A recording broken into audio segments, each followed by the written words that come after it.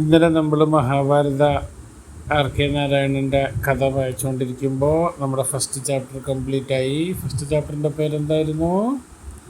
The eighth baby. Second ചാപ്റ്ററിൻ്റെ പേരെന്താ അറിയോ? Enter the place. Very good. അപ്പോൾ നമ്മൾ ഇന്നലെ കഥയിൽ നിർത്തുമ്പോൾ എന്തായിരുന്നു എന്ന് വെച്ച് കഴിഞ്ഞാൽ, പാണ്ഡു മഹാരാജാവിന് 5 മക്കൾ ജനിച്ചില്ലേ? 5 മക്കളുടെ പേരെന്തൊക്കെയാ?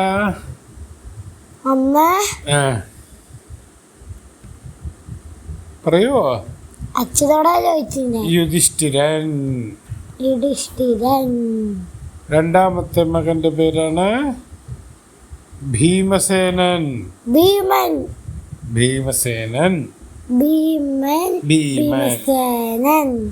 മൂന്നാമത്തെ കുട്ടിയുടെ പേരാണ് വില്ലാളി വീരനാരാണ്? അർജുനൻ. നാലാമത്തെ കുട്ടിയുടെ പേര് ഓർമ്മയുണ്ടോ?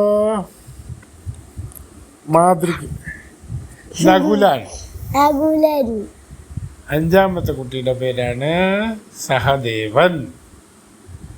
അങ്ങനെ പാണ്ഡുവിന് 2 ഭാര്യമാരുണ്ടായിരുന്നു, കുന്തിദേവിയും മാദ്രയും. പാണ്ഡുവിൻ്റെ ഭാര്യയായ കുന്തിദേവിക്ക് അമ്പാട്ടിയിൽ നിന്ന് കുട്ടികൾ ജനിക്കാനും ദൈവ കുട്ടികളെ ജന്മം നൽകാനുമുള്ള വരം കിട്ടിയിട്ടുണ്ടായിരുന്നു. ആ വരം ഉപയോഗിച്ച് ജനിച്ചു 5 പേര്. 5 മഹാന്മാർ, ഏറ്റവും ശക്തന്മാർ ജനിച്ചു. അങ്ങനെ കുറച്ച് കൊല്ലങ്ങളൊക്കെ പോയി. കൊല്ലങ്ങൾ പോകുമ്പോൾ എന്താ സംഭവിക്കുക? പാണ്ഡു രാജാവ് മരിച്ചു. പാണ്ഡവ രാജാവ് മരിച്ചപ്പോൾ കുന്തി എന്ത് ചെയ്ത് ഹസ്തിനപുരത്തേക്ക് 5 കുട്ടികളുമായിട്ട് വന്നു. ധൃതരാഷ്ട്രവും ഭീഷ്മരുടെയും സംരക്ഷണത്തിലേക്ക് വേണ്ടി കുന്തിയും 5 മക്കളും വന്നു. ധൃതരാഷ്ട്രക്ക് കുറെ വയസ്സായില്ലേ, പാണ്ഡുവിന്റെ ഏട്ടനല്ലേ.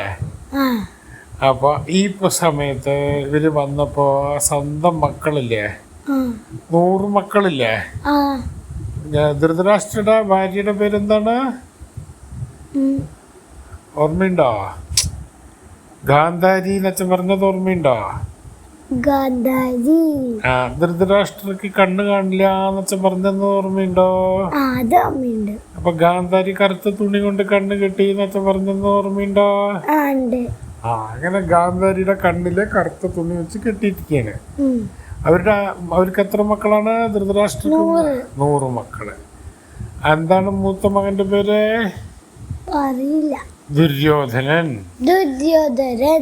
ദുര്യോധനൻ ആരാണ് മഹാഭാരത കഥയിലെ മെയിൻ ഹീറോ? ആരാണ്? അർജുനൻ. അപ്പൊ ദുര്യോധനൻ ആരാണ്? Main villain. ദുര്യോധനനും ദുശാസനും ഒക്കെ പാണ്ഡുവിനെയും ഇവരെ പഞ്ചപാണ്ഡവന്മാരെ രാജ്യത്ത് നിന്ന് പുറത്താക്കും.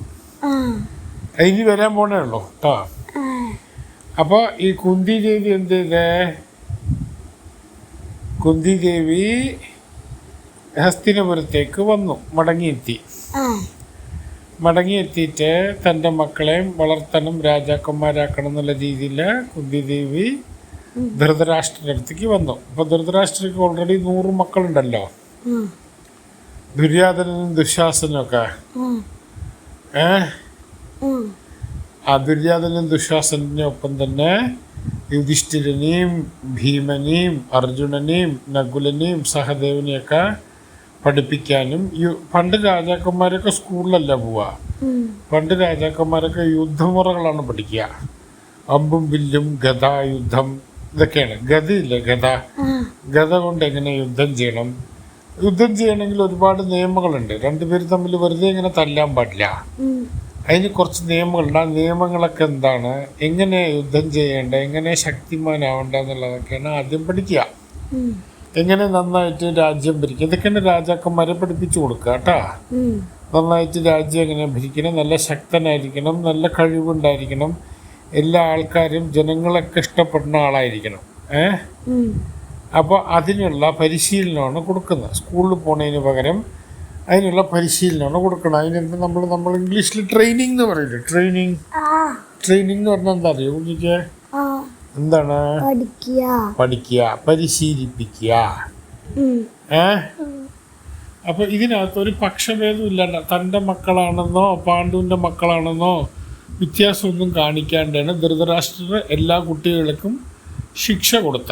ശിക്ഷ എന്ന് വെച്ചാൽ ഈ ട്രെയിനിങ് കേട്ടോ, എങ്ങനെ പഠിക്കേണ്ട, എങ്ങനെ യുദ്ധം ചെയ്യേണ്ടതെന്നുള്ളത്. അപ്പോൾ എൻ്റെ മകനാണ്, എനിക്ക് നല്ല പ്രത്യേകതയുണ്ട് പറഞ്ഞിട്ട് 100 പേരിൽ ദുര്യോധനനും ദുശാസനും കൂടുതൽ പരിശീലനം കൊടുക്കും, യുധിഷ്ഠിരനും അർജുനനും കുറച്ച് പരിശീലനം കൊടുക്കും. അങ്ങനെയൊന്നും ചെയ്തില്ല. വളരെ ന്യായമായിട്ട് എല്ലാ മക്കൾക്കും ഒരുപോലെ തന്നെ ഇത് കൊടുത്തു കേട്ടോ, പരിശീലനം കൊടുത്തു. അങ്ങനെ കുട്ടികളൊക്കെ കൂടി അവിടെ കളിച്ച് എല്ലാവരും കൂടി ഹസ്തിനപുരത്തിൽ എപ്പോഴും കളിച്ച് വന്നുകൊണ്ടിരിക്കുകയാണ്. അപ്പം എപ്പോഴും ഭീമൻ എന്ത് ചെയ്യും അറിയാം? ഈ കുട്ടികളൊക്കെ കളിച്ചുകൊണ്ടിരിക്കുമ്പോൾ ഭീമസേനൻ ആരാ? ഭീമസേനനാണ് എല്ലാവരോടും ഭയങ്കര പ്രാങ്ക്. അച്ഛ ഇംഗ്ലീഷിൽ ആർ.കെ. നാരായണൻ എഴുതിയ വാക്കുകൾ തന്നെ വായിച്ചു തരാം കേട്ടോ. The children played all day among themselves. കുട്ടികൾ അവർ ഫുൾ ടൈം കുട്ടി കളിക്കാൻ പോണില്ലേ? രാവിലെ പോയാൽ വൈകുന്നേരം അല്ലേ വരുള്ളൂ. അതേപോലെ ഈ കുട്ടികളെല്ലാം അവിടെ കളിച്ച് വളരുകയാണ്. But at every game Bhimasena teased and played pranks on his cousins. അപ്പൊ ഭീമസേനൻ എപ്പോഴും എന്ത് ചെയ്യും? ആ കസിൻസിനെയൊക്കെ പ്രാങ്ക് ചെയ്യും, കളിക്കുകയും ഒക്കെ ചെയ്യും. ഇത് കുറച്ച് കഴിഞ്ഞപ്പോൾ ദുര്യോധനന് ചെറുതായിട്ട് ദേഷ്യം വന്നു തുടങ്ങി. Duryodhana gradually began to feel irritated when he found himself the butt of these pranks and practical jokes. അപ്പോൾ ദുര്യോധനനാണ് ഭീമസേനന്റെ ഏറ്റവും പ്രധാനപ്പെട്ട ശത്രു.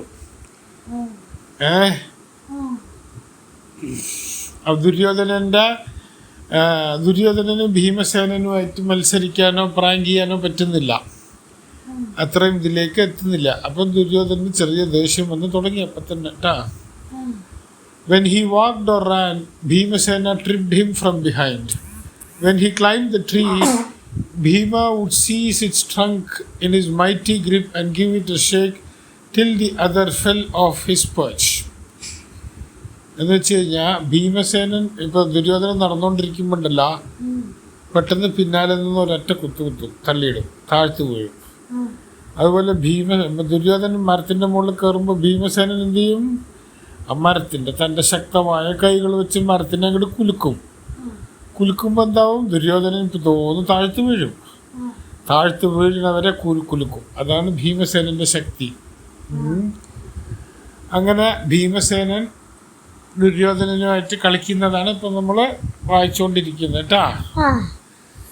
പിന്നെ കുറെ കഴിയുമ്പോൾ ഇങ്ങനെ ആവുമ്പോൾ ദുര്യോധനന് അത് സഹിക്കാൻ പറ്റാണ്ടായി. ദുര്യോധനന് അത് കുറച്ച് ബുദ്ധിമുട്ടുകളിലേക്ക് നയിച്ചുകൊണ്ടിരിക്കുന്നു. അപ്പോൾ ദുര്യോധനന് എന്ത് ചെയ്തു? പതുക്കെ എങ്ങനെയെങ്കിലും ഭീമസേനനെ ഒഴിവാക്കണം. എന്താ ഒഴിവാക്കാൻ കാരണം? ഭീമസേനന്റെ ഈ കുറുമ്പില്ല, ദുര്യോധനനെ പിടിക്കാണ്ടായി. പക്ഷെ ഭീമന് അങ്ങനെ കുഴപ്പമൊന്നുമില്ല. അങ്ങനെ ഒരു ദിവസം എന്ത് ചെയ്ത് ഭീമനെ ദുര്യോധനൻ കൊല്ലാനുള്ള വിഷം കൊടുക്കും. വിഷം കൊടുത്തപ്പോൾ എന്നിട്ട് അങ്ങനെ എന്ത് ചെയ്തു? പുഴയിലേക്ക് തള്ളിയിട്ടു. പക്ഷെ ഭീമസേനന് അത്യാവശ്യം ശാരീരികമായിട്ടുള്ള ശക്തി ഉണ്ടല്ലോ, വായുവിൻ്റെ അല്ലേ പുത്രൻ. ഈ മരുന്നിന്, ഈ വിഷം, ദുര്യോധനൻ കൊടുത്ത വിഷത്തിനെ അങ്ങനെ ഇങ്ങനെയും അതിജീവിച്ച് പുഴയിലൂടെ നീന്തി വന്ന് രക്ഷപ്പെട്ടു. അപ്പം അങ്ങനെ ദുര്യോധനനും ഭീമനും തമ്മിലുള്ള ഒരു തരം ചെറിയ തമ്മിത്തല്ലുകൾ അപ്പം തന്നെ തുടങ്ങിക്കൊണ്ടേ വരികയാണ്. അങ്ങനെ ഉണ്ടായൊരു സമയത്ത് ഭീഷ്മാചാര്യർ എന്ത് ചെയ്ത്, നമ്മുടെ രാജ്യം നന്നാവണമല്ലോ, രാജ്യം വളരണമല്ലോ. രാജ്യം വളരണമെങ്കിൽ എങ്ങനെ വേണം? അടുത്ത തലമുറയിലുള്ള രാജാക്കന്മാർക്കെല്ലാം എല്ലാ തരത്തിലുള്ള കഴിവും വേണമല്ലോ. കഴിവും വേണമെങ്കിൽ എങ്ങനെയാണ്? നന്നായിട്ട് ട്രെയിനിങ് കൊടുക്കണം, നല്ലതായിട്ട് ശിക്ഷണം കൊടുക്കണം. ശിക്ഷണം എന്താണ് ട്രെയിനിങ് എന്ന് വെച്ചാൽ പറഞ്ഞില്ലേ? ട്രെയിനിങ് എന്ന് വെച്ച് കഴിഞ്ഞാൽ പ്രാക്ടിക്കലായിട്ട് രാജ്യം എങ്ങനെ ഭരിക്കേണ്ട, നമ്മൾ യുദ്ധം എങ്ങനെ ചെയ്യേണ്ട എന്നുള്ളതൊക്കെ നന്നായിട്ട് പഠിപ്പിക്കണം. അങ്ങനെയുള്ളപ്പോൾ എന്തായി? ഭീഷ്മാചാര്യർ ആലോചിച്ചിട്ട് പറഞ്ഞു, നമുക്ക് ഏറ്റവും നല്ല കഴിവുള്ള ഒരു ഗുരുനാഥനെ കൊണ്ടുവരണം. ഗുരുനാഥൻ എന്ന് വെച്ചാൽ ശിക്ഷകളും ഈ പരിശീലനം കൊടുക്കാൻ കഴിവുള്ള ആളും ഏറ്റവും നല്ല ബുദ്ധിമാനും ശക്തിമാനുമായ ഒരു ഗുരു എന്ന് പറയുന്നത് ദൈവത്തിന് തുല്യമാണ് കേട്ടോ. ഗുരു എന്ന് പറഞ്ഞാൽ പഠിപ്പിക്കുന്ന ആൾ. കുട്ടീനെ ഡാൻസ് പാട്ട് പഠിപ്പിക്കുന്നത് ഗുരുവാണ്. ഗുരു എന്ന് പറയുമ്പോൾ ഒരു കഴിവ് നമ്മളെ പഠിപ്പിക്കുന്ന ആളാണ് ഗുരു. മനസ്സിലായോ? അപ്പൊ അങ്ങനെ ഒരു ഗുരുവിനെ അപ്പോയിന്റ് ചെയ്ത് നിയമിക്കുക. ആ ഗുരുവിന്റെ പേരാണ് ദുര്യോധനൻ. ആരാടാ?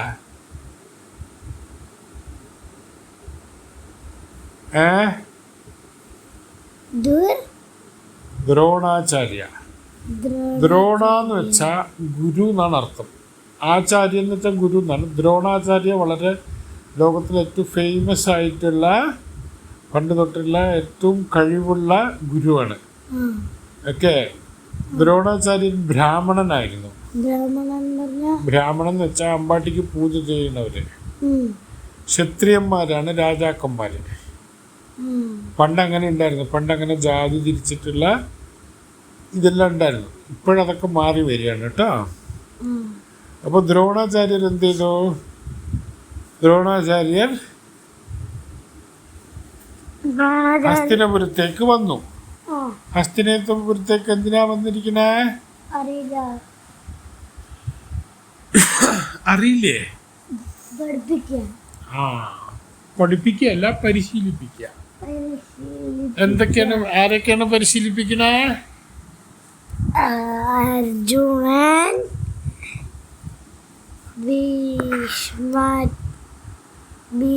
ദുര്യോധനനും ദുര്യോധനന്റെ 100 സഹോദരന്മാരും പഞ്ചപാണ്ഡവന്മാരായ യുധിഷ്ഠിരനും ഭീമസേനനും അർജുനനും നകുലനെയും സഹദേവനെയും ഒക്കെ പഠിപ്പിക്കാനായിട്ടാണ് ദ്രോണാചാര്യർ ഹസ്തിനപുരത്തേക്ക് വന്നത്. ഓക്കെ. ഇങ്ങനെ ചെയ്യുമ്പോൾ ദ്രോണാചാര്യർക്ക് ഒരേ ഒരു മകൻ ഉണ്ടായിരുന്നു. ആ മകന്റെ പേരാണ് അശ്വത്ഥാമ. അപ്പൊ ഈ 100 കുട്ടികളെയും ഈ പഞ്ചപാണ്ഡവന്മാരെയും പഠിപ്പിക്കുന്നതിന്റെ കൂട്ടത്തിൽ ദ്രോണാചാര്യർ അശ്വത്ഥാമാവിനെയും പഠിപ്പിച്ചു. അങ്ങനെയുള്ളപ്പോൾ എല്ലാവരെയും അർജുനനും ഇവർക്കൊക്കെ പ്രത്യേക ഓരോരോ പാഠങ്ങൾ, യുദ്ധമുറകൾ, ഇതൊക്കെ പഠിപ്പിക്കാൻ വേണ്ടി പഠിപ്പിക്കുകയാണ്. അങ്ങനെയുള്ളപ്പോഴാണ് ഒരു ദിവസം എന്ത് ചെയ്ത്, എനിക്ക് ഇഷ്ടപ്പെട്ട ഒരു കഥയുണ്ടല്ലോ, ഓർമ്മയുണ്ടോ? ഒരു ദിവസം ദ്രോണാചാര്യൻ ഒരു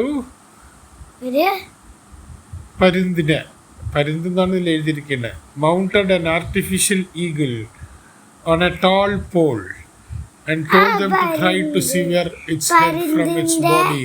പരുന്തിന്റെ ഒരു കൈ വെട്ടിയിട്ട് താഴ്ത്തു പോയിട്ട് അത് അർജുനൻ എടുത്തു അല്ലേ? അതാണോ?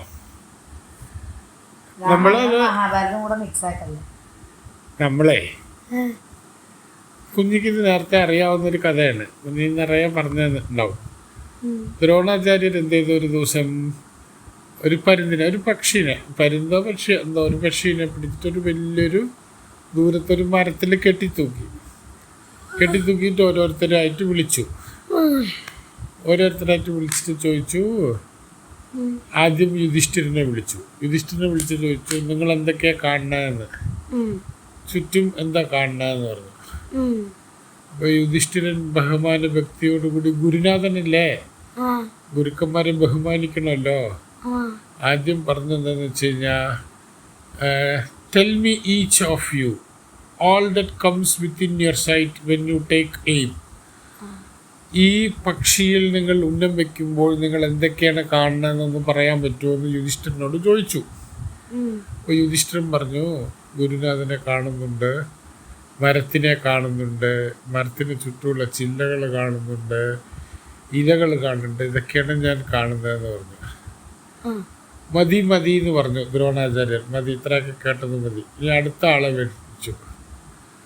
അങ്ങനെ ഓരോരുത്തരെയും വിളിച്ച് എല്ലാവരും ഇതുപോലെ തന്നെ കഥകൾ പറഞ്ഞു തുടങ്ങി. എന്തൊക്കെയാണ്, ഞാൻ അതിനെ കാണുന്നുണ്ട്, ഇതിനെ കാണുന്നുണ്ട്, മറ്റേ ഗുരുനാഥനെ കാണുന്നുണ്ട്, മരത്തിനെ കാണുന്നുണ്ട്, ചെടീനെ കാണുന്നുണ്ട്. ഇവന് അവസാനം അർജുനനെ വിളിച്ചു.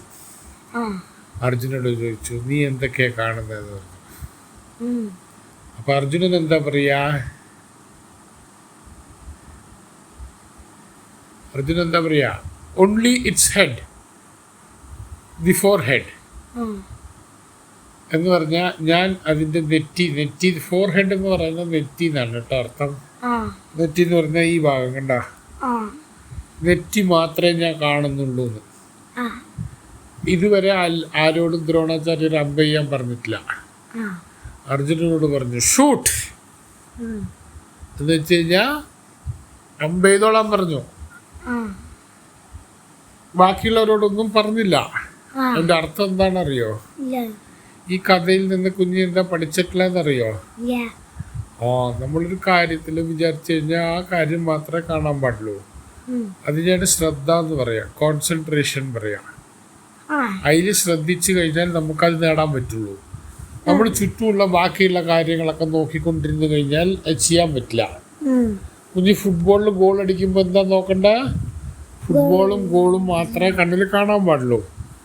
റൊണാൾഡോ അങ്ങനെ കണ്ടിട്ടുള്ള ഒരു വീഡിയോ ഒക്കെ കാണിച്ചു തന്നിട്ടില്ലേ? ശ്രദ്ധ മാത്രം ബോളിൽ. പ്രാക്ടീസ് മേക്സ് മാൻ പെർഫെക്റ്റ്. Very good. അങ്ങനെ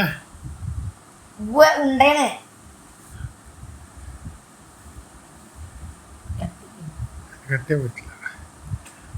അങ്ങനെ പറ്റില്ല. ഇത് ഇങ്ങനെ പോയിക്കൊണ്ടിരിക്കുന്നു. പോസ് ചെയ്യാൻ പറ്റും. അങ്ങനെ ദ്രോണാചാര്യർ എന്ത് ചെയ്തു? അർജുനനെ കെട്ടിപ്പിടിച്ചു സന്തോഷം കൊണ്ട്. എന്തുകൊണ്ടാണ്? അർജുനന്റെ കഴിവുകൾ കണ്ടിട്ട്, അർജുനന്റെ ശ്രദ്ധ കണ്ടിട്ട്. അപ്പോൾ അർജുനനോട് ദ്രോണാചാര്യർ പറയുകയാണ്, നിന്റെ കഴിവ് എക്സ്ട്രാ ഓർഡിനറി കഴിവാണ്. നിനക്ക് ദൈവം അനുഗ്രഹിച്ചു തന്നിട്ടുള്ള ഒരുപാട് കഴിവുകളുണ്ട്. ഈ കഴിവുകളൊക്കെ ഈ കഴിവുകൾ കൊണ്ട് നീ ഒരു മഹാനാവുന്നാണ് ദ്രോണാചാര്യർ പറഞ്ഞിരിക്കുന്നത്. ഓക്കെ. അങ്ങനെയുള്ളപ്പോൾ വേറൊരു ദിവസം വേറൊരു സംഭവം നടന്നു. ദ്രോണാചാര്യർ ഇങ്ങനെ പുഴയിൽ കുളിക്കാൻ പോയി. ദ്രോണാചാര്യർ പുഴയിൽ കുളിക്കാൻ പോയപ്പോൾ എന്ത് പറ്റി? ഒരു മുതല, ഒരു വലിയൊരു ക്രോക്കഡൈൽ വന്നു. ഈ ക്രോക്കഡൈൽ എന്ത് ചെയ്ത് വായും പൊളിച്ചിട്ട് ദ്രോണാചാര്യരുടെ കാലില് തൊടയിൽ ഇങ്ങനെ ഒരു അങ്ങോട്ട് പിടിച്ചത് ഉടനെ അർജുനൻ എന്ത് ചെയ്ത്? അർജുനൻ മരത്തിന്റെ മുകളിൽ ഇരിക്കുകയായിരുന്നു. അർജുനൻ എടുത്തൊരു ചാട്ടം ചാടി. എന്നിട്ട് നിമിഷ നൊടികൾ കൊണ്ട് വളരെ സൂപ്പർ ഫാസ്റ്റ് ആയിട്ട് 5 അമ്പുകൾ ഉന്നം നോക്കി പുഴയിലേക്ക് ഈ അമ്പ് ചെയ്തു. ഈ അമ്പ് ചെയ്ത ഉടനെ എന്തായി? ഈ മുതല വേദന കൊണ്ട് പിടയാൻ തുടങ്ങി. മുതലേനെ 2 ഭാഗമായി മാറി. അങ്ങനെ മുതല മരിക്കുകയും ചെയ്തു, ദ്രോണാചാര്യൻ രക്ഷപ്പെടുകയും ചെയ്തു. അപ്പം അങ്ങനെയുള്ള സമയത്ത് ദ്രോണ പറഞ്ഞു, ദ്രോണാചാര്യര് അർജുനനോട് പറഞ്ഞു, ഞാനൊരു പ്രത്യേക ആയുധത്തിനെ കുറിച്ച് ഞാൻ പഠിപ്പിച്ചു തരാം.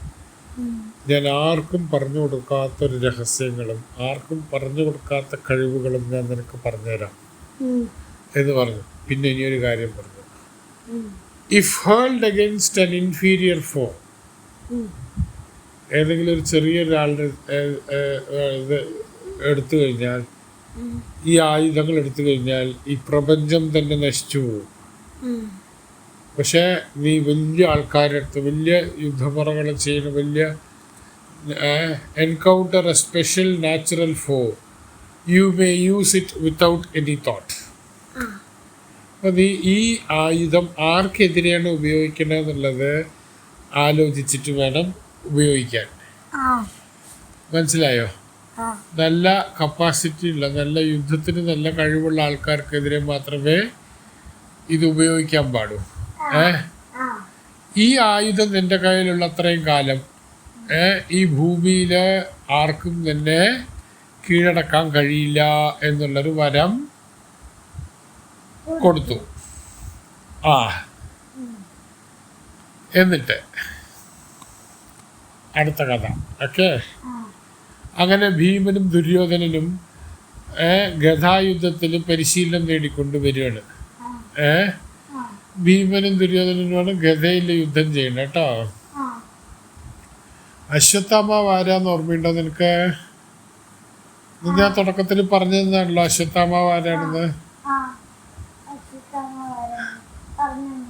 ആരാ? ദുര്യോധനന്റെ കൂടെ പഠിക്കണം ദ്രോണാചാര്യരുടെ മകൻ.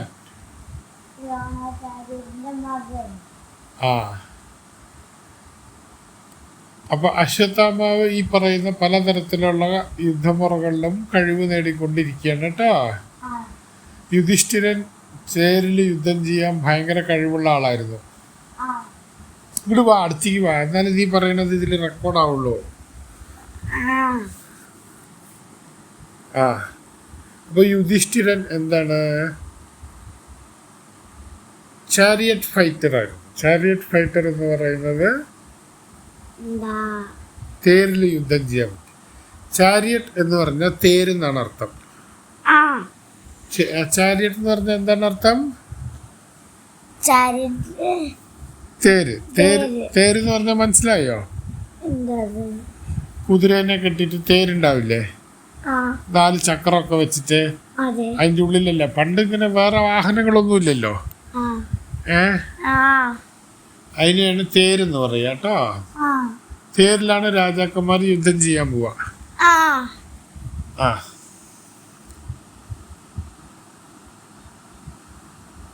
അപ്പൊ യുധിഷ്ഠിരൻ തേരിന്റെ ആളായിരുന്നു.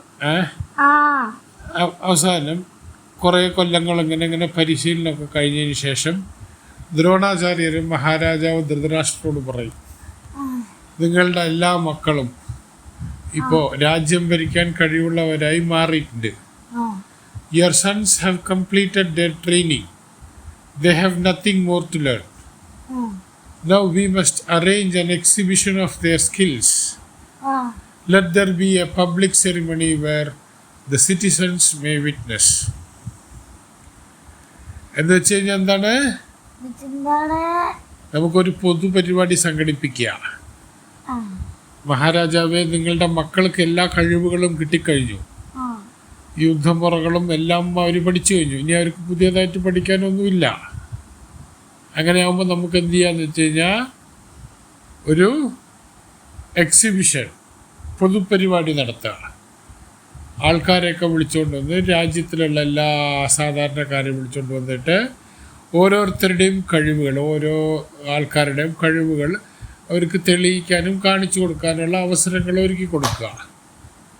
അതാണ് ഈ എക്സിബിഷൻ എന്ന് പറഞ്ഞ് ഉദ്ദേശിക്കുന്നത് കേട്ടോ.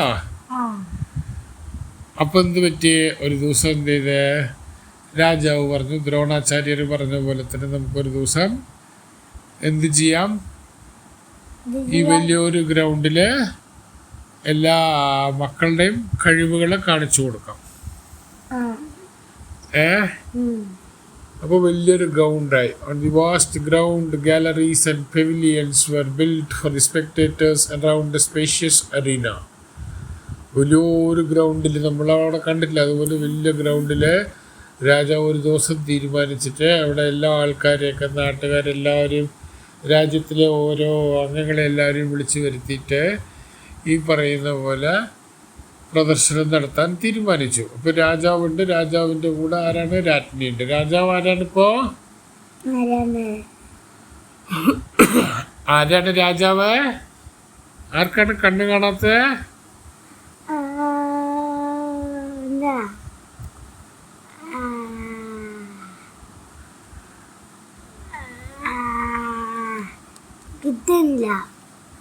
ധൃതരാഷ്ട്ര. നീ ശ്രദ്ധിച്ച് കേട്ടാലേ കഥ മനസ്സിലാവുള്ളൂ കേട്ടാ. നീ അതിന്റെ ഇടയിൽ അതിഥൊന്നും ചെയ്യാൻ പാടില്ല, മുഴുവനും ശ്രദ്ധിച്ച് കേൾക്കുക. അപ്പൊ ധൃതരാഷ്ട്രം, ഭാര്യയുടെ പേരെന്താണ് ധൃതരാഷ്ട്രന്റെ? ഗാന്ധാരി. Very good. രാജാവും മഹാരാജ്ഞിയും, ധൃതരാഷ്ട്രാണ് രാജാവും. അപ്പൊ മഹാരാജ്ഞി ഗാന്ധാരിയും എല്ലാവരും കൂടി പ്രത്യേക സ്ഥലങ്ങളിൽ. രാജാവ് ഇരിക്കുന്നതിന്റെ പേരെന്താ അറിയോ പറയാ?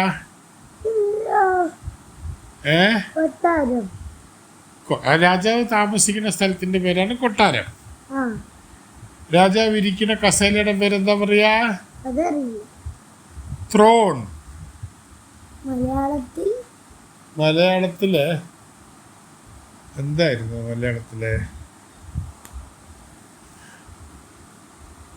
മലയാളത്തില് രാജാവിന്റെ ഇരിപ്പിട ത്രോൺ എന്താ പറയാ? സിംഹാസനം. രാജാവ് തലയിൽ വെക്കണതിന് എന്താ പറയാ? ക്രൗൺ. മലയാളത്തിലെ കിരീടം.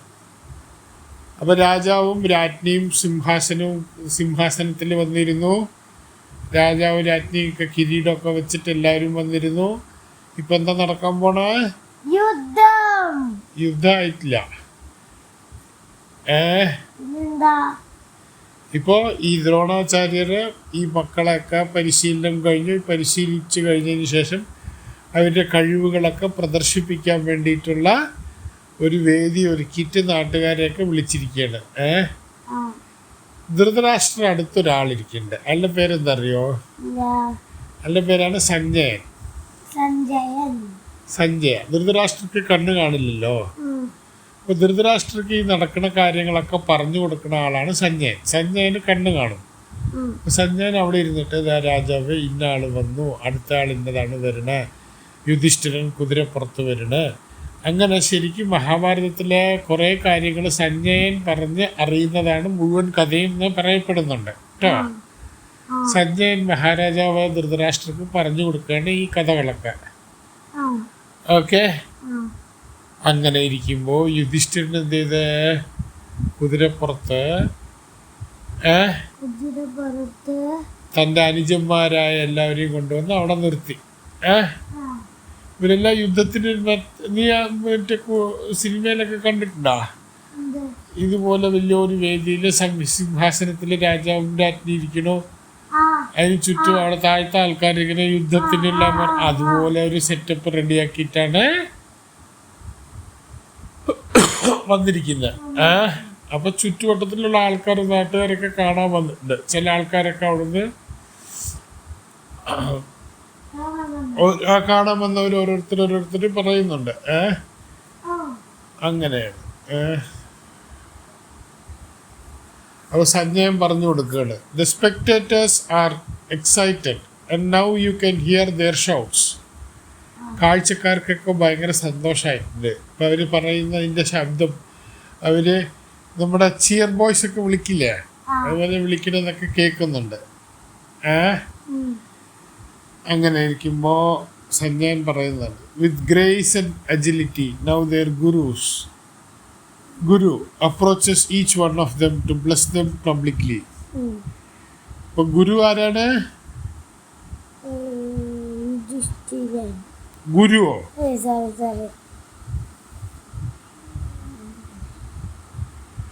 ഈ യുദ്ധമുറകൾ എത്ര നേരം? ദ്രോണാചാര്യരാണ് ഗുരു.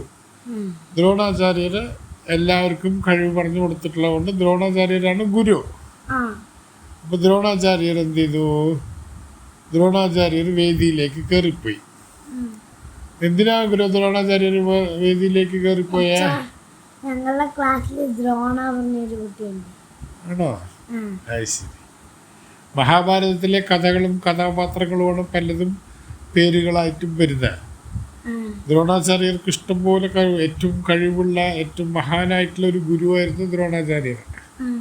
അതുകൊണ്ടാണ് ദ്രോണാചാര്യരുടെ പേരൊക്കെ ഇപ്പോഴും ആൾക്കാർ ഇട്ടുകൊണ്ടിരിക്കുന്നത്. പല പേരുകൾക്കും മഹാഭാരതത്തിലെ കഥാപാത്രങ്ങളുമായിട്ട് അർത്ഥമുണ്ട്. അങ്ങനെയുള്ളപ്പോ ദ്രോണാചാര്യർ എന്ത് ചെയ്തു? ദ്രോണാചാര്യർ വേദിയിലേക്ക് കയറിപ്പോയി. എന്തിനാ കയറിപ്പോയ? ഓരോ ശിഷ്യനെയും അനുഗ്രഹിക്കാൻ. അതിന്റെ അർത്ഥം എന്ന് പറയുന്നത് നമ്മളുടെ ഗുരുക്കളെ നമ്മളെ അനുഗ്രഹിച്ചാലേ നമ്മള് ജീവിതത്തിൽ വിജയിക്കുള്ളൂ എന്നാണ് കേട്ടാ. എല്ലാ ടീച്ചർമാരെയും നമ്മൾ ബഹുമാനിക്കണമെന്നാണ് അതിന്റെ അർത്ഥം. നമ്മളൊക്കെ ഒരു വിദ്യ പഠിപ്പിച്ചു തരുന്നുണ്ടെങ്കിൽ അവര് ഗുരുവാണ്. അവരെ നമ്മൾ ബഹുമാനിക്കണമെന്നാണ് അതിന്റെ അർത്ഥം കേട്ടോ. എന്നിട്ട് ദ്രോണാചാര്യർക്ക് ഭയങ്കര സന്തോഷമായി. എന്തുകൊണ്ടാണ് സന്തോഷമായിരിക്കണേ? ഇത്രയും മക്കളില്ലേ, ഇത്രയും 100 ധൃതരാഷ്ട്രയുടെ 100 മക്കളും പഞ്ചപാണ്ഡവരെയും അശ്വത്ഥാമാവിനെയും ഒക്കെ താൻ പരിശീലിപ്പിച്ചെടുത്ത് അവരെ കഴിവുള്ള ആൾക്കാരാക്കി മാറ്റിയതിന്റെ സന്തോഷത്തിലാണ് ദ്രോണാചാര്യർ. അതുകൊണ്ടാണ് ദ്രോണാചാര്യർ സന്തോഷത്തോടെ ഇരിക്കുന്നത്. ഈ കഥകളൊക്കെ പറഞ്ഞു കൊടുക്കുന്നത് എന്താണ്? സഞ്ജയൻ ധൃതരാഷ്ട്രർക്ക് പറഞ്ഞു കൊടുക്കുന്ന കഥയാണ് നമ്മളിപ്പോൾ കേട്ടോണ്ടിരിക്കുന്നത്. മഹാഭാരത യുദ്ധം മുഴുവനും സഞ്ജയൻ ധൃതരാഷ്ട്രർക്ക് പറഞ്ഞു കൊടുക്കുന്ന കഥയാണ്. മനസ്സിലായോ? ധൃതരാഷ്ട്രക്ക് കണ്ണ് കാണില്ല. സഞ്ജയനാണെങ്കിലോ, സഞ്ജയന് ദൈവത്തിന്റെ വരം കൊടുത്തിട്ടുണ്ട്, എല്ലാം കാണാൻ പറ്റും. തനിക്ക് ദൂരെയുള്ളതും കാണാൻ പറ്റും.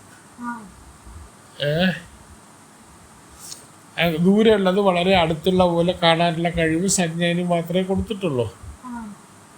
ധൃതരാഷ്ട്രം ഈ പറയുന്ന സഞ്ജയൻ പറയുന്ന ഓരോന്നിനെയും ശ്രദ്ധിച്ച് കേട്ടുകൊണ്ടിരിക്കുകയാണ്. എൻ്റെ മക്കളെക്കുറിച്ച് എന്താണ് ദുര്യോധനൻ പറയുന്നത് എന്നൊക്കെ സഞ്ജയനോട് ധൃതരാഷ്ട്രം ചോദിക്കുന്നുണ്ട്. അപ്പോൾ ഓരോരുത്തരെയും അനുഗ്രഹിച്ച് വരുന്നുണ്ട് എന്ന് പറഞ്ഞു. അപ്പോൾ നീ എന്താ ദുര്യോധനെ കുറിച്ച് മാത്രം ഒന്നും പറയാത്തതെന്ന് പറഞ്ഞ് ധൃതരാഷ്ട്രം ഇടയ്ക്കിടയ്ക്ക് സഞ്ജയനോട് ചോദിക്കുന്നുണ്ട്. ഭീമൻ ഉണ്ടല്ലോ,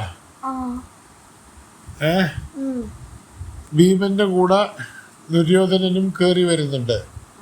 ഭീമന്റെ അത്രയും ശക്തിയും ഇതുമായിട്ടുള്ള ഒരു വലിയൊരു കാട്ടാനേനെ പോലെ ശക്തിയുള്ള ആളാണ് ദുര്യോധനൻ. അങ്ങനെ ദുര്യോധനൻ എല്ലാ തൻ്റെ 100 സഹോദരങ്ങളുടെയും കൂടെ വളരെ ശക്തമായ രീതിയിൽ ആഡംബരത്തോടു കൂടി വേദിയിലേക്ക് കയറി വന്നിരിക്കുകയാണ്. He looks like the red planet studded around with his stars. ഒരു ചുവന്ന പ്ലാനറ്റിനെ പോലെ, സൂര്യനെ പോലെ തേജസ്സോടുകൂടി ദുര്യോധനൻ അവിടെ വന്നിട്ടുണ്ട്. മുഖത്ത് ദേഷ്യവും കഴിവും ഒക്കെ ആയിട്ട് അങ്ങനെ ആണ് ഇതായിക്കൊണ്ടിരിക്കുന്നത്. But Ashwatthama stands upright in the midst of your son. He moves with ease and confidence between the clashing mountains. അപ്പോൾ മൽപ്പിടുത്തമാണ്. ഇനിയിപ്പോൾ നമ്മൾ ദുര്യോധനൻ്റെ ഒപ്പം മൽപ്പിടുത്താൻ കഴിവുള്ള ആരാണുള്ളത്? ദുര്യോധനന്റെ കൂടെയാ. ഗദായുദ്ധത്തിൽ ആരാണ്? പഞ്ചപാണ്ഡവന്മാരിൽ ഏറ്റവും ശക്തമായത് ആരാണ്?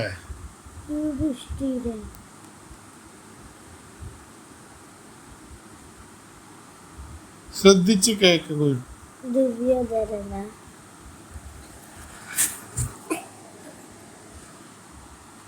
ആരാണ് ഏറ്റവും ശക്തമായത്? വായുവിന്റെ മകൻ ആരാണ്?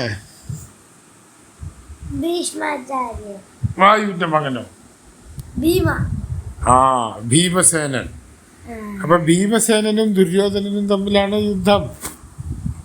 മഹാഭാരത യുദ്ധത്തിൽ തന്നെ പ്രധാനപ്പെട്ട യുദ്ധങ്ങളൊക്കെ നടക്കുന്നത് ആര് തമ്മിലാണ്? വായുവിന്റെ പുത്രനും അതിശക്തനായ ഭീമനും ദുര്യോധനനും തമ്മിലാണ് കേട്ടോ.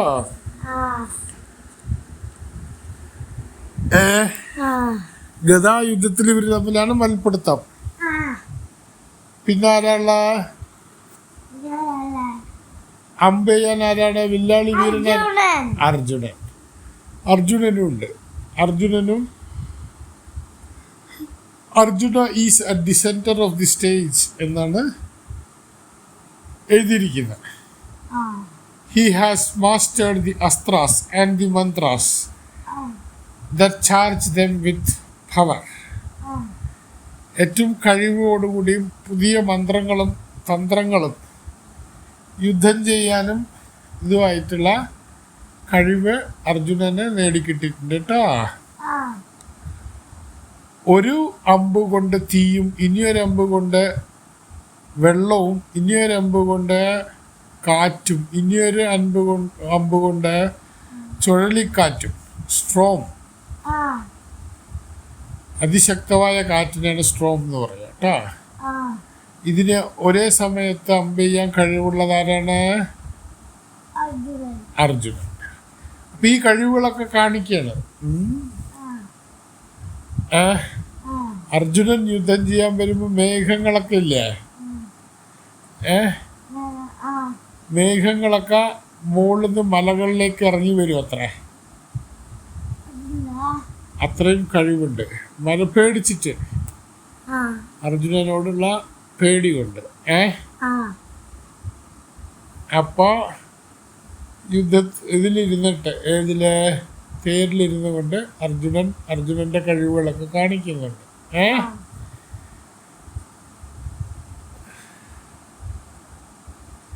Now on a chariot, now on a foot, so dexterous and fast. ഈ അമ്പ് കൊണ്ട് യുദ്ധം ചെയ്യുമ്പോൾ വളരെ ഫാസ്റ്റ് ആയിരിക്കണം. നിമിഷ നേരം കൊണ്ട് കുറെ കാര്യങ്ങൾ ചെയ്യാൻ പറ്റണം. 20 അമ്പൊക്കെ ഒരുമിച്ച് ഒരേ ശക്തിയോട് അമ്പ് ചെയ്യാൻ കഴിവുള്ളതാണ് അർജുനൻ.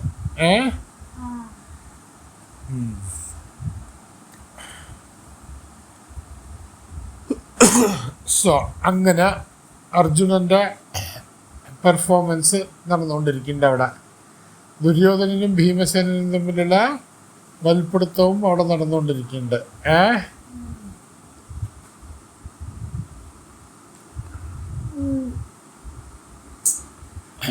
അങ്ങനെ അർജുനന്റെ ഗ്രാൻഡ് പെർഫോമൻസ് കഴിയാറായി. പൊതുജനങ്ങളൊക്കെ സംഗീതവും പാട്ടും നൃത്തവും ഒക്കെ ആയിട്ട് അടുത്ത എല്ലാവരും അവരവരുടെ കഴിവുകളും കാര്യങ്ങളും ഒക്കെ കാണിച്ച് ഇതാക്കി നിൽക്കുകയാണ്. ഇതൊക്കെ ചെയ്തുകൊണ്ടിരിക്കുമ്പോൾ ഒരാൾ കയറി വരണം. ഇനിയാണ് കഥയിൽ ട്വിസ്റ്റ് വരുന്നത് കേട്ടോ. ഒരു സാധാരണ വെള്ള മുണ്ട് ഉടുത്തിട്ട് ഒരു മഹാനായ ഒരു വാരിയർ, ഇതുവരെ ആരും ശ്രദ്ധിക്കപ്പെടാത്ത ഒരു അതീവ കഴിവുള്ള ഒരാള് കയറി വരുന്നു. ആരാണ് അയാൾ? കാതിലെ കവചകുണ്ടലങ്ങളുമായിട്ട്. ഹനുമാനല്ല, ഹനുമാൻ മഹാഭാരതത്തിലില്ലല്ലോ. കാതില് കവചകുണ്ടലങ്ങളുമായിട്ട് വളരെ ശാന്തതയോടെ സൂര്യന്റെ തേജസ്സോടുകൂടി ഒരാൾ കയറി വരുന്നു. കൃഷ്ണനല്ല. സൂര്യന്റെ തേജസ് ആർക്കുണ്ടാവുക? കൃഷ്ണന്റെ അനിയന. സൂര്യന്റെ തേജസ് ആർക്കുണ്ടാവുക? കർണൻ. അങ്ങനെ കർണൻ കയറി വന്നു. എല്ലാവരും ഞെട്ടിത്തരിച്ച് നിൽക്കുകയായിരുന്നു, കുന്തി ഒഴിച്ച്. കർണൻ എന്താണ്? കുന്തി ദേവിക്ക് അറിയാലോ, കുന്തി ദേവിയുടെ മകനാണല്ലോ കർണൻ. ജനിച്ചു വീണ ഉടനെ കർണനെ കുന്തി ദേവി എന്താ ചെയ്തേ? പുഴയിലേക്ക് ഒഴുക്കി വിട്ടില്ലേ? സൂര്യന്റെ തേജസ്സുള്ള കർണൻ. ആരാണിത്? എല്ലാവരും കൂടി കാര്യമായിട്ട് അന്വേഷിച്ച് നോക്കിക്കൊണ്ടിരിക്കുകയാണ്. ദ്രോണാചാര്യന്റെ മുമ്പിൽ തല കുനിച്ചിട്ട് കർണൻ പറഞ്ഞു, അർജുനന്റെ ഇനിയൊരു പേരാണ് പാർത്ഥൻ ട്ടോ. പാർത്ഥ എന്നും അർജുനനെ വിളിക്കും. കർണൻ പറഞ്ഞു, പാർത്ഥന് ചെയ്യാൻ കഴിയുന്ന എല്ലാ കാര്യങ്ങളും എനിക്കും ചെയ്യാൻ കഴിയും. അങ്ങ് ദ്രോണാചാര്യരോട് പറയണ്ട കേട്ടാ. അങ്ങെന്ന് പറയുന്ന ബഹുമാനത്തോടു കൂടി പറയുന്നതാ. അങ്ങ് അനുവദിക്കുകയാണെങ്കിൽ ഞാൻ ഈ ചെയ്ത കാര്യങ്ങളെല്ലാം എനിക്ക് കാണിച്ചു തരാൻ കഴിയും. ഇത് കേട്ടോണ്ടിരിക്കുന്ന ദുര്യോധനന് ഇഷ്ടമല്ലല്ലോ. ദുര്യോധനന്റെ ശത്രുക്കളായിട്ടാണല്ലോ ദുര്യോധനൻ ഇവരെ കാണുന്നത്, ഈ പഞ്ചപാണ്ഡവന്മാരെയും കാണുന്നത്. കർണനെ കയറി അങ്ങും കെട്ടിപ്പിടിച്ചിട്ട് പറഞ്ഞു, എനിക്ക് വളരെ സന്തോഷമായി. ഇപ്പൊ ദുര്യോധനൻ രാജാവിന് തുല്യമല്ലേ, രാജകുമാരനല്ലേ. Your wish will be fulfilled whatever it may be. Live with us and be one of us. നീ ഞങ്ങളുടെ കൂടെ തന്നെ ഉണ്ടാവണം. നിങ്ങളുടെ ആഗ്രഹങ്ങളൊക്കെ ഞങ്ങൾ സാധിച്ചു തരും. അപ്പോൾ നീ ഞങ്ങളുടെ കൂടെയുള്ള ആളാണ്. എൻ്റെ സൗഹൃദം, ഫ്രണ്ട്ഷിപ്പിൻ്റെ ഏറ്റവും വലിയ എക്സാമ്പിൾസിലൊന്നാണ് ദുര്യോധനനും കർണനും തമ്മിലുള്ള ഫ്രണ്ട്ഷിപ്പ് കേട്ടാ. ഫ്രണ്ട്ഷിപ്പിൻ്റെ എക്സാമ്പിളായിട്ടൊക്കെ പല ദിക്കിലും നമ്മൾ പറയപ്പെടുന്നതാണ് കർണനും ദുര്യോധനനും തമ്മിലുള്ള സൗഹൃദം. കർണൻ അത്രയും കടപ്പാടോടുകൂടിയുള്ള ബന്ധമാണ് ദുര്യോധനനുമായിട്ടുള്ളത്. ഒരു പ്രത്യേകതരം ബന്ധമാണ്. അപ്പോൾ ദുര്യോധനൻ പറയും, ഞങ്ങളുടെ അനുഗ്രഹമുണ്ട് കർണ, അർജുനന് ചെയ്യാൻ കഴിയുന്നതൊക്കെ നീ ചെയ്തു കാണിച്ചതാ. പൊതുവേദിയിൽ ഈ കരയുന്ന എല്ലാ കാര്യങ്ങളും നീ ചെയ്തു കാണിച്ചതാ എന്ന് പറയും. ഇത് കേട്ട ഉടനെ അർജുനന് ദേഷ്യം വരും. അർജുനൻ പറയും, ഞങ്ങൾ ഇവിടെ ചെയ്യേണ്ടതില്ല, നീ നുഴഞ്ഞു കയറി വന്ന ഒരു പുറമേ നിന്നുള്ള ഒരാളാണ്. You are an intruder, you have come unasked. ചോദിക്കാതെ കയറി വന്ന ഒരാളാണ്. ഒരു മര്യാദയില്ലാതെ നീ കയറി വന്നതാണ്. നീ മര്യാദയ്ക്ക് ഇവിടുന്ന് ഇറങ്ങിപ്പൊക്കോ എന്ന് പറയും. അപ്പൊ കർണൻ പറയും, എല്ലാ രാജ്യത്തിലുള്ള എല്ലാ പൗരന്മാരെയും എല്ലാ മറ്റേ ആൾക്കാരെയും ക്ഷണിച്ചുകൊണ്ട് നടത്തിയിട്ടുള്ള ഒരു പൊതുവായിട്ടുള്ള നടന്നിട്ടുള്ള ഒരു പരിപാടിയാണ്. ഏതൊരു മനുഷ്യനും വരാൻ പറ്റുന്ന രീതിയിലുള്ള അവകാശം എനിക്കും ഇതിനകത്തുണ്ട്. ഞാനും ഒരു ക്ഷത്രിയനാണ്. എനിക്ക് നിന്നെക്കാട്ടിലും കഴിവുണ്ട് എന്നുള്ളത് ഞാൻ തെളിയിച്ച് കാണിച്ചു തരാം. അതിനുള്ള അവസരം എനിക്ക് തന്നാൽ മതി, സംസാരിക്കേണ്ട ആവശ്യമില്ല എന്നാണ് കർണൻ പറയുന്നത്. അപ്പോൾ രണ്ടുപേർക്കും തമ്മിലുള്ള സംസാരം തുടങ്ങിയിട്ടോ. പഞ്ചപാണ്ഡവന്മാരൊരു ഭാഗത്തും അർജുനൻ്റെ കൂടെ ദുര്യോധനൻ്റെ കൂടെ ഇനിയൊരാളും, നടുക്ക് ദ്രോണാചാര്യരും വിതുരൻ ആരാന്ന് ഓർമ്മയുണ്ടോ? വിതുരനും പിന്നെ ബാക്കിയുള്ളവരും ഒക്കെ അവിടെ ഉണ്ട്. അപ്പോൾ ഒരു ഭാഗത്ത് ആരൊക്കെയാണ്? ദുര്യോധനൻ, കർണൻ, ഇവരൊക്കെ. ഇനിയൊരു ഭാഗത്ത് ആരാണ്? അർജുനൻ, പഞ്ചപാണ്ഡവന്മാരും ഒക്കെയാണ് കേട്ടോ. ഇതിൻ്റെ ഇടയിലാണ് ദ്രോണാചാര്യരും ഇവരും ഒക്കെ നിൽക്കുന്നത്. അപ്പം ഇനി ബാക്കിയുള്ള കഥ നമുക്ക് നാളെ കേൾക്കാം അല്ലേ? ഉറങ്ങിയോ കുട്ടി? ഓക്കെ.